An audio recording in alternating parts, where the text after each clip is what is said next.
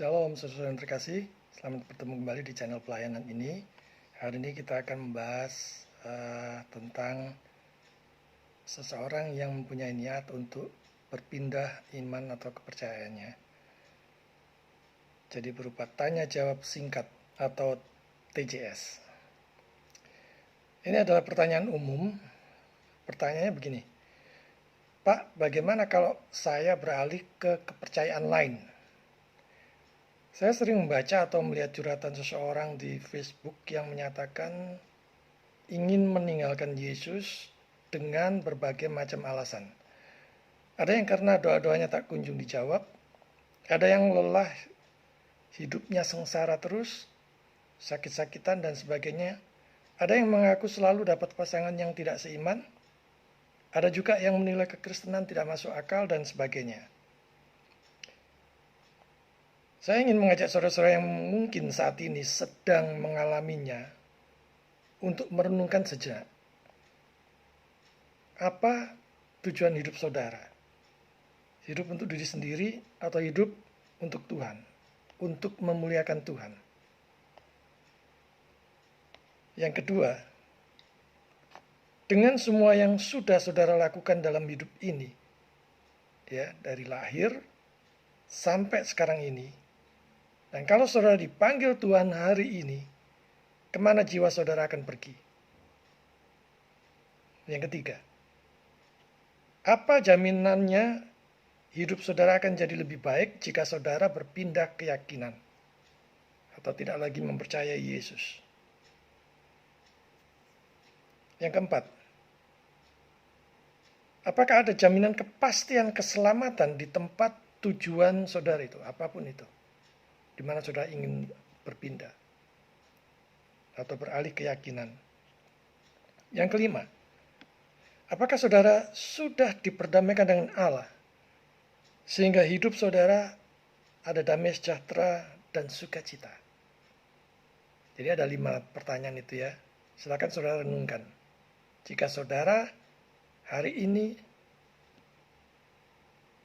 akan mempergumulkan atau bahkan sudah mempergumulkan untuk mengambil suatu keputusan berpindah keyakinan.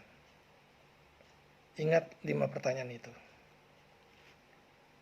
Saudara yang terkasih, kekristenan itu bukannya tidak masuk akal, tetapi seringkali melampaui akal. Misalnya, tentang Allah Tritunggal yang satu hakikat namun 3 pribadi. Yesus yang sungguh-sungguh Allah dan sungguh-sungguh manusia, yang lahir dari perawan Maria dan sebagainya. Semua itu bukannya tidak masuk akal, tetapi melampaui akal kita yang terbatas. Saya ajak saudara-saudara untuk merenungkannya ya. Sebagai ciptaan yang terbatas, mustahil kita bisa mengerti secara tuntas Allah yang tak terbatas. Justru kalau bisa dimengerti secara tuntas dalam akal kita, itu malah tidak masuk akal. Karena Allah yang disembah itu hanya sebatas yang dia bisa mengerti dan pikirkan. Allah yang tak terbatas itu melampaui otak, akal, pikiran kita yang sangat terbatas ini. Tidak peduli saudara sebetapa jeniusnya saudara, betapapun tingginya IQ saudara, tetapi itu adalah terbatas. Saya ajak saudara merenungkannya sungguh-sungguh pertanyaan-pertanyaan tadi. 5 pertanyaan tadi. Renungkan baik-baik waktu saudara mau tidur. Dan saya akan memberikan sedikit saja beberapa firman Tuhan kepada saudara, supaya saudara bisa mempertimbangkan niat saudara jika ingin meninggalkan Yesus. Yang pertama, ingat dan sadarilah status kita sebagai manusia yang berdosa. Sadarilah betapa kita ini adalah orang yang sungguh-sungguh berdosa di hadapan Allah yang Maha Kudus. Kita adalah orang berdosa yang mati rohani. Mati rohani itu bisu, buta, tuli terhadap kebenaran. Yohanes 11 ayat 26 firman Tuhan katakan, dan setiap orang yang hidup dan yang percaya kepadaku tidak akan mati selama-lamanya. Percayakah engkau akan hal ini? Mazmur 58 ayat yang ketiga atau yang keempat. Sejak lahir orang-orang fasik telah menyimpang. Sejak dari kandungan pendusta-pendusta telah sesat. Jadi kecenderungan kita pada kejahatan, kecenderungan manusia berdosa hanya pada kejahatan. Mari kita lihat Roma 3 ayat 10. Seperti ada tertulis, tidak ada yang benar, seorang pun tidak. Tidak ada seorang pun yang berakal budi. Tidak ada seorang pun yang mencari Allah. Semua orang telah menyeleweng. Mereka semua tidak berguna. Tidak ada yang berbuat baik. Seorang pun tidak. Jadi camkan ini. Jadi kalau ada saudara yang masih menganggap diri saudara cukup baik, lihat Roma pasal 3 ayat 10 ini. Dan itu artinya orang yang berdosa tidak bisa berbuat baik kalau bukan Tuhan yang menggerakkannya. Ya karena mati rohani. Kita hanya bukan hanya percaya, bahkan untuk menggerakkan satu jari telunjuk saja kita tidak akan mampu kalau Tuhan tidak menolong. Apalagi perbuatan baik, apalagi kesalehan, apalagi iman. Dan kesalehan kita seperti kain kotor di hadapan Allah yang Maha Kudus.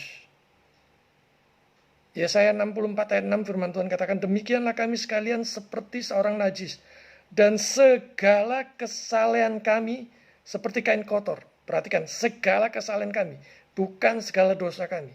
Jadi mau sesaleh apapun itu seperti kain kotor.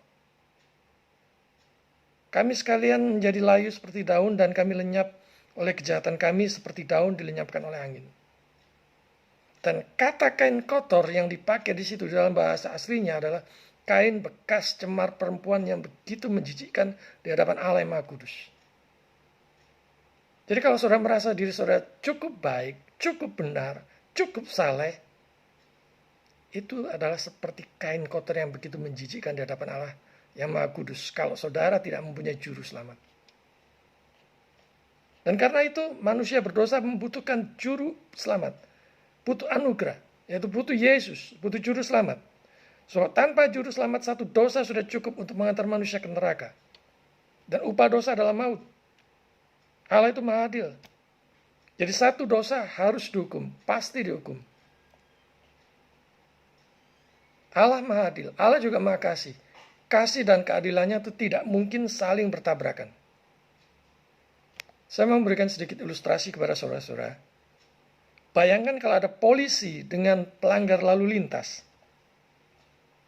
Kalau seadanya pelanggar lalu lintas itu dibebaskan begitu saja, dengan alasan polisi itu penuh kasih, menurut saudara bagaimana jadinya? Ilustrasi yang kedua. Ada pembunuh yang dalam persidangan membawa saksi-saksi bahwa dia setelah membunuh itu dia sudah banyak berbuat kasih kepada banyak orang. Ada yang dia tolong, ada yang diberi uang, ada yang ditolong dikirimi makanan, ada yang ditolong diantar ke rumah sakit dan sebagainya dan sebagainya. Kalau pengadilan itu waras, menurut saudara apakah pembunuh tersebut bisa dibebaskan begitu saja di dalam pengadilan itu? Saudara, sekali lagi, Allah maha kasih. Namun dia juga maha adil. Maha kasihnya itu tidak mungkin menabrak maha adilnya. Tapi inilah berita bahagia itu. Yohanes 3 ayat 16. Karena begitu besar kasih Allah akan dunia ini sehingga ia telah mengaruniakan anaknya yang tunggal. Supaya setiap orang yang percaya kepadanya tidak binasa melainkan beroleh hidup yang kekal. Saudara cukup hanya percaya kepada dia sebagai satu-satunya Tuhan dan juru selamat pribadi saudara. Maka saudara selamat. Bukan percaya asal-asalan, tetapi sungguh-sungguh percaya kepada dia. Itu sangat mudah. Yesaya pasal 1 ayat 18. Ini firman Tuhan yang sangat-sangat baik, yang sangat-sangat terkenal, yang mesti harus kita ingat senantiasa. Marilah, baiklah kita berperkara. Firman Tuhan, sekalipun dosamu merah seperti kirmisi, akan menjadi putih seperti salju. Sekalipun berwarna merah seperti kain kesumba, akan menjadi putih seperti bulu domba. Dan ini adalah jaminan Tuhan. Tidak peduli betapa kelamnya masa lalu saudara.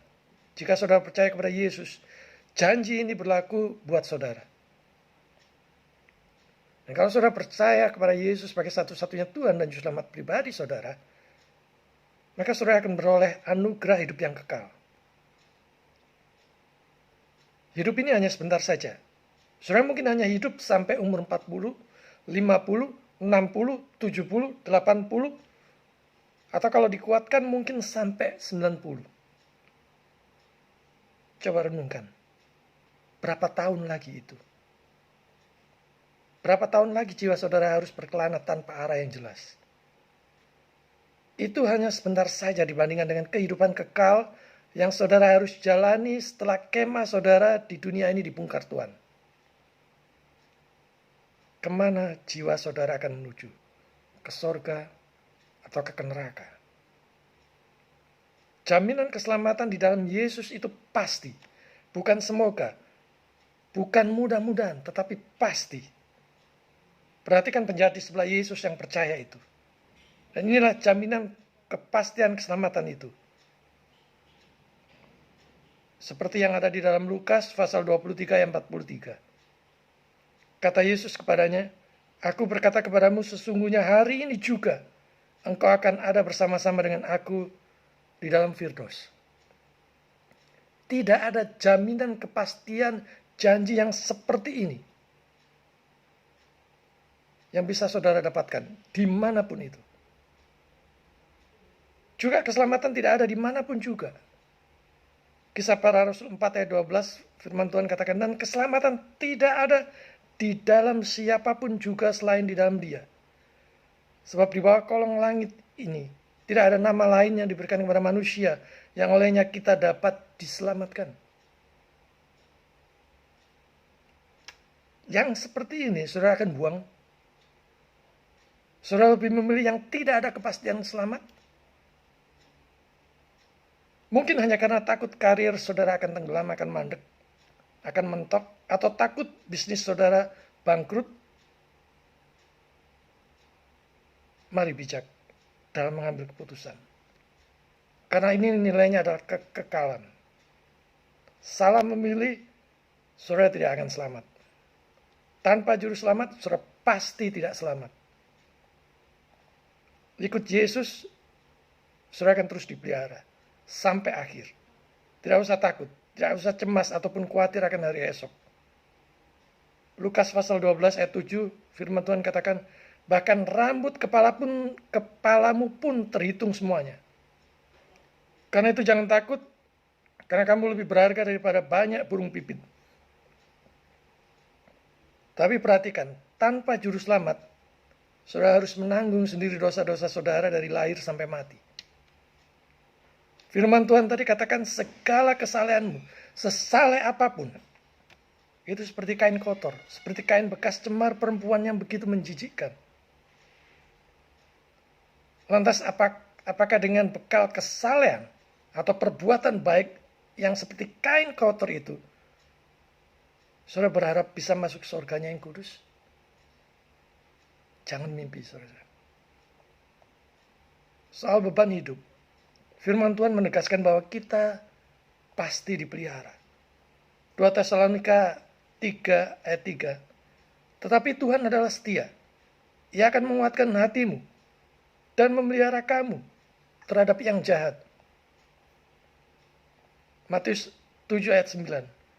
Adakah seorang daripadamu yang memberi batu kepada anaknya jika ia meminta roti? Atau memberi ular jika ia meminta ikan? Jadi jika kamu yang jahat tahu memberi pemberian yang baik kepada anak-anakmu, apalagi Bapamu yang di surga, Ia akan memberikan yang baik kepada mereka yang meminta kepadanya. Apapun yang terjadi dalam hidup ini, jangan mudah takut, jangan mudah cemas ataupun khawatir. Soal kondisi yang sulit saat ini, Tuhan bisa dengan mudah mengubahnya menjadi lebih baik. Tetaplah jujur, tetaplah setia di dalam bekerja dan berusaha. Bekerjalah untuk Tuhan dan lakukan yang terbaik. Soal hasilnya, serahkan sepenuhnya kepada Tuhan. Juga jangan mudah heran, mudah kagum atau terpesona jika orang lain lebih baik dari kita. Karena Roma 8 ayat 28 katakan, kita tahu sekarang bahwa Allah turut bekerja di dalam segala sesuatu untuk mendatangkan kebaikan bagi mereka yang mengasihi Dia, yaitu bagi mereka yang terpanggil sesuai dengan rencana Allah. Apapun yang terjadi dalam hidup ini, saudara mau jatuh bangun, saudara mau bangkrut, saudara mau kaya raya dan sebagainya, semua itu dikerjakan bersama-sama untuk mendatangkan kebaikan bagi setiap orang percaya. Dan janji ini berlaku hanya bagi setiap orang percaya. Kalau saudara tidak percaya Yesus, janji ini tidak berlaku buat saudara. Soal pasangan hidup yang selalu dapat yang tidak seiman, silakan aktif di gereja dan mengerjakan pelayanan keluar. Tuhan akan temukan dengan yang seiman. Bersabarlah. Rajinlah baca firman Tuhan. Lihat khotbah-khotbah yang bagus-bagus di YouTube. Bertanya kepada hamba Tuhan. Jangan biarkan diri saudara terhilang hanya karena saudara putus asa, hilang akal, tidak tahu lagi mau bagaimana. Ibrani 10 ayat 25 firman Tuhan katakan, janganlah kita menjauhkan diri dari pertemuan-pertemuan ibadah kita, seperti dibiasakan oleh beberapa orang. Tetapi marilah kita saling menasihati, dan semakin giat melakukannya menjelang hari Tuhan yang mendekat. Semoga saudara dikuatkan dan diberi anugerah iman yang sejati, yang membawa saudara pada keselamatan, dan beroleh anugerah hidup yang kekal. Ingat, jaminan keselamatan di dalam Kristus itu pasti. Lantas mengapa saudara ingin berpindah ke yang tidak pasti selamat? Yang harus menanggung sendiri dosa-dosa dari lahir sampai mati. Ini sungguh konyol dan menggelikan. Kalau dosa-dosa saudara sudah dibereskan, saudara ingin melepaskan itu semua dan hidup di bawah kutub tanpa juru selamat? Seharusnya saudara buang jauh-jauh angan-angan itu. Kalau saudara diajak orang lain, apakah itu pacar, pasangan, ataupun orang yang dekat dengan saudara untuk berpindah keyakinan, tanyakan kepada dia. Anda sendiri sudah pasti selamat atau tidak? Kalau tidak yakin selamat, lucu sekali. Saudara menawarkan kepada orang yang sudah pasti selamat. Juga renungkan. Mereka yang tidak yakin selamat tapi berusaha keras meyakinkan yang sudah pasti selamat. Sekali lagi, itu lucu dan menggelikan. Yang mempercayai dan mengikutinya itu juga lebih lucu dan menyedihkan lagi. Saudara berani melakukannya, maka binasalah saudara di dalam neraka selama-lamanya. Yang belum percaya, segera percaya Yesus sebagai satu-satunya Tuhan dan Juru Selamat pribadi saudara detik ini juga. Yang sudah pernah percaya namun ragu-ragu, bertobatlah. Percayalah lebih sungguh-sungguh lagi pada Yesus detik ini juga dan terimalah anugerah hidup yang kekal bersama dengan Dia di sorga. Tuhan memberkati.